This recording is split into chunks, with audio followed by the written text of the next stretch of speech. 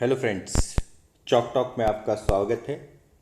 Chalk talk civil services आपके लिए इतिहास से संबंधित वीडियो लेके आया है। यदि आपको वीडियो पसंद आए तो प्लीज़ लाइक करना, सब्सक्राइब करना ना भूलें। चलिए, आज का टॉपिक है प्राक मौर्य काल में विदेशी आक्रमण। इस समय अगर हम विदेशी आक्रमण की बात करें तो दो विदेशी आक्रमण हम देखते हैं। एक है हखमनी ईरानियों द्वारा आक्रमण, दूसरा है यूनान के सिकंदर का आक्रमण। सबसे पहले हम लेते हैं हखमनी ईरानी आक्रमण। हखमनी ईरानी आक्रमण की बात करें तो हखमनी ईरानी आक्रमण हमारे जो भारतीय इतिहास में ईरान के साथ संबंध अवेस्ता ग्रंथ से हमें पता चलते हैं। अवेस्ता ग्रंथ का जिक्र हमने तब किया था जब हम ऋग्वैदिक काल पढ़ रहे थे। ऋग्वेद के समकालीन ग्रंथ है। इसमें सिंधु शब्द के लिए हिंदू शब्द का प्रयोग किया गया है और सप्त सैंधव के लिए हप्त हैंदव का प्रयोग किया गया है। भारत में आक्रमण करने वाले भी सबसे पहले ईरानी लोग ही थे।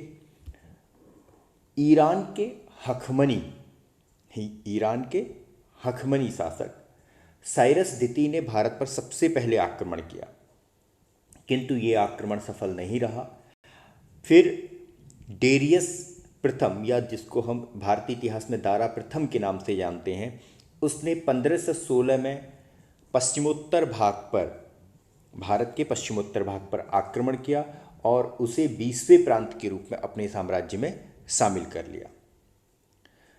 इतिहास के पिता जो हेरोडोटस हैं, जिन्हें इतिहास का पिता कहा जाता है, वो बताते हैं कि इस प्रांत से दारा को 360 टैलेंट स्वर्ण धूलि की आय प्राप्त होती थी। तो इस आक्रमण का प्रभाव क्या हुआ? प्रभाव ये हुआ कि सबसे पहले पश्चिमोत्तर भारत क्या बना? ईरानी साम्राज्य का हिस्सा बना।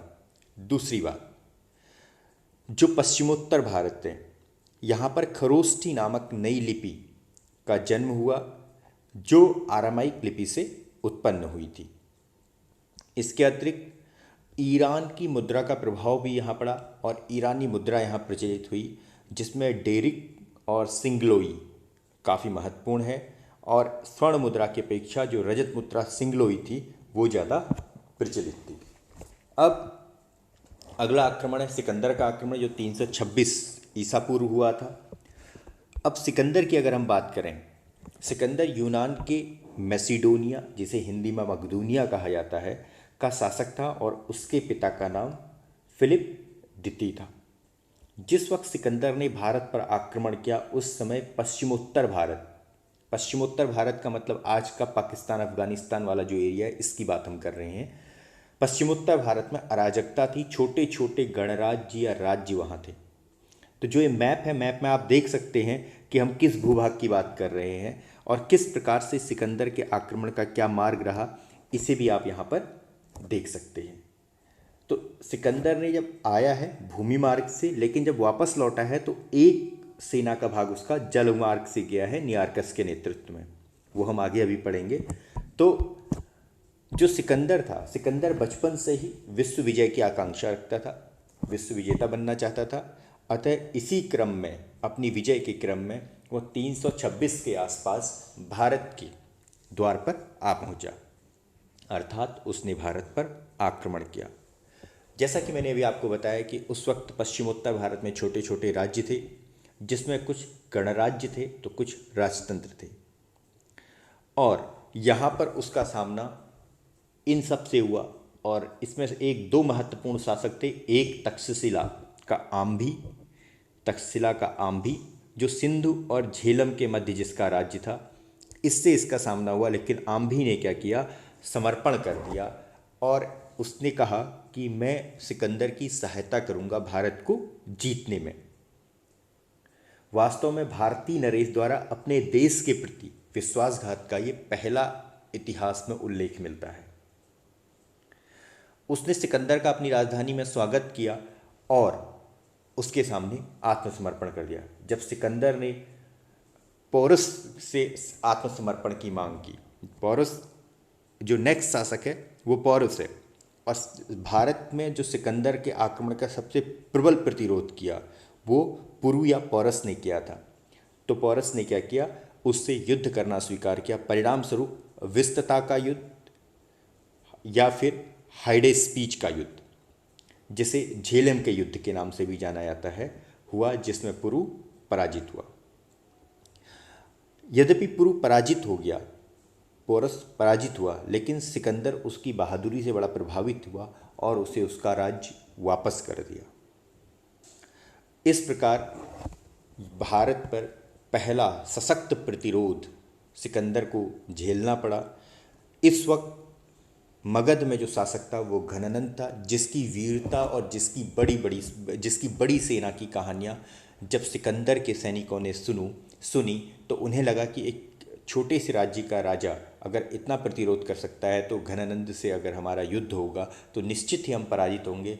और काफ़ी दिन तक वो घर से दूर हो गए थे, इसलिए उन्हें होम सिकनेस होने लगी थी। अतः सिकंदर के सैनिकों ने आगे बढ़ने से मना कर दिया। अब ब्यास नदी से जब आगे नहीं बढ़े सिकंदर के सैनिक, तो सिकंदर को वापस लौटना पड़ा। इस प्रकार हम देखते हैं कि सिकंदर का जो कुल अभियान था वो 19 महीने का रहा।